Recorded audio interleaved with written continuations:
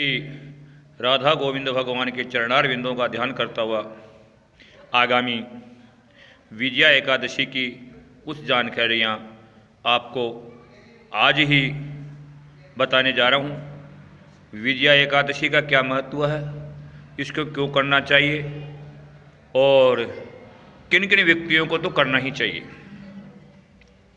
जो विजया एकादशी है ये फाल्गुन कृष्णा एकादशी होती है और इसका जो उपवास है ये उन लोगों को तो अवश्य करना चाहिए जो किसी न किसी मुकदमे या लड़ाई झगड़े में फंसे हुए हैं और अपने आप को विजय दिलाना चाहते हैं, विजय श्री का वर्ण करना चाहते हैं। तो ऐसे व्यक्तियों को तो इस विजया एकादशी का व्रत उपवास अवश्य ही करना चाहिए। साथ ही जिन लोगों से जाने अनजाने में कोई पाप हो गया हो, और अनजाने में पाप तो सबसे होता ही होता है, वो पता नहीं होता कब हो गया लेकिन हो ही जाता है। कई व्यक्ति ऐसे भी होते हैं जिनसे जानकर भी पाप हो जाता है और उस पीड़ा में वो व्यथित रहते हैं कि मेरे से पला पाप हो गया, मैं क्या करूं, कैसे छुटकारा मिले।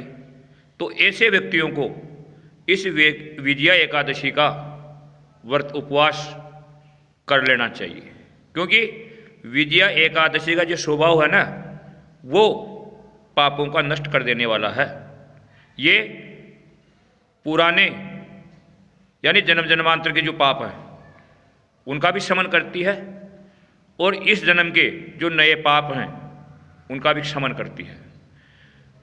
और जिस प्रकार एक बर्तन को मांजने के बाद वो चमक उठता है, उसकी पहले कैसी अवस्था होती है, मांजने के बाद उसकी कैसी अवस्था हो जाती है, उसी प्रकार से व्यक्ति जो नीतिपूर्वक विधि विधान के साथ इस व्रत उपवास को करता है तो वो अवश्य ही उस बर्तन की भांति चमक उठता है और उसके सारे जो कलुष पाप है वो नष्ट हो जाते हैं। इसकी कथा इस प्रकार मिलती है। त्रेता युग की बात है। भगवान राम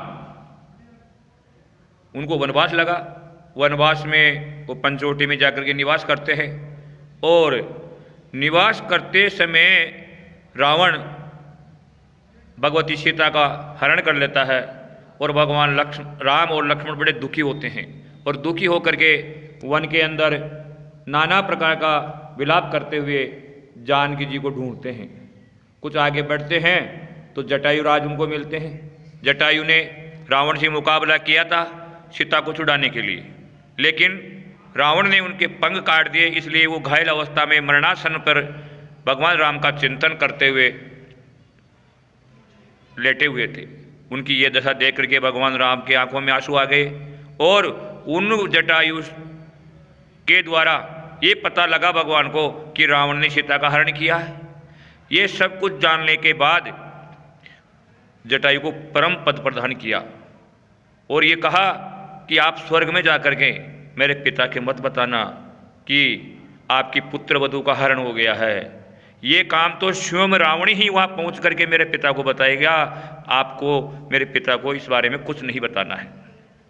कुछ दूरी पर जाने के बाद जब सुग्रीव से मित्रता होती है, बाली का वध होता है और हनुमान जी के द्वारा सीता जी का पता लगाने के बाद जब वानर सेना को इकट्ठी करके भगवान रघुनाथ जी श्री राम समुद्र के किनारे जाते हैं तो समुद्र के किनारे जा कर के उस अथाह सागर को देखते हैं जिसमें नाना प्रकार के हिंसक जीव, मगरमच्छ आदि काफ़ी भयंकर जलचर वहाँ रहते थे।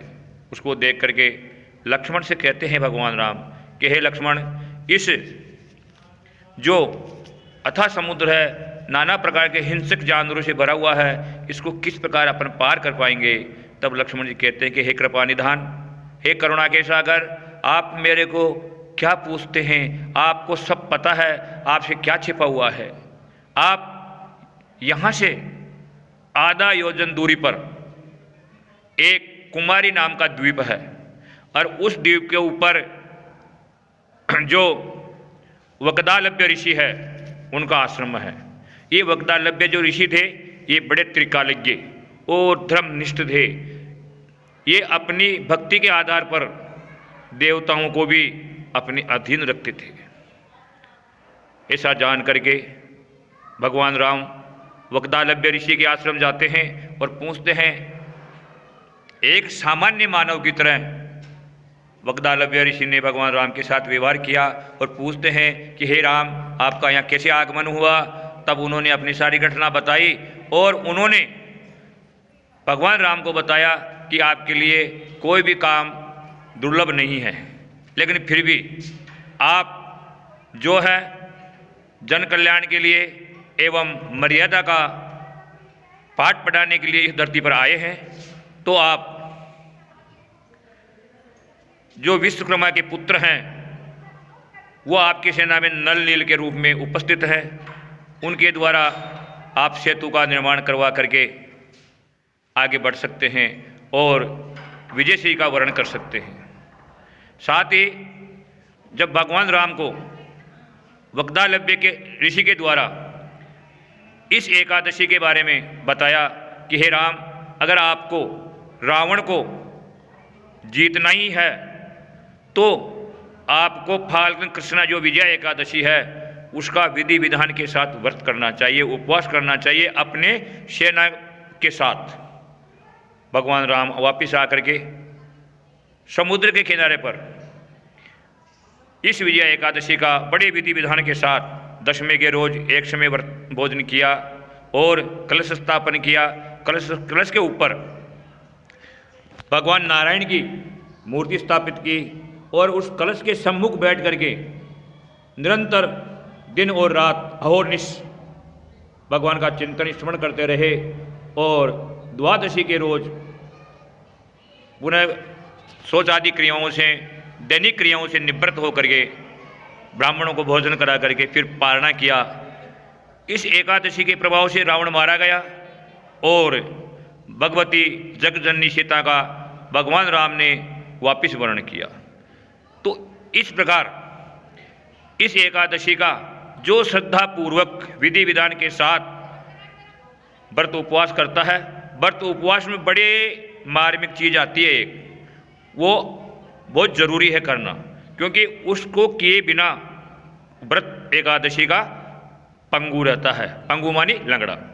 जब तक आप उसको नहीं करोगे तो संपूर्ण फल नहीं मिलेगा। वो क्या है कि आप दिन में भी भगवान का चिंतन करते रहो, साथ ही रात्रि को जितना हो सके, वैसे तो पूरी रात्रि का जागरण का विधान है इसमें, लेकिन जितना आप जाग सकते हो, जाग करके भगवान का हरि कीर्तन स्मरण अगर आप करते हो तो सांगोपांग एकादशी का व्रत कहलाता है। इस प्रकार अगर आप कोई भी करेंगे तो आपको अवश्य ही विजयश्री तो मिलेगी ही मिलेगी, साथ में आपके जो ज्ञात अज्ञात पाप है वो भी नष्ट हो जाएंगे और आप परम पद के अधिकारी हो जाएंगे। जय राधे, जय श्री कृष्णा।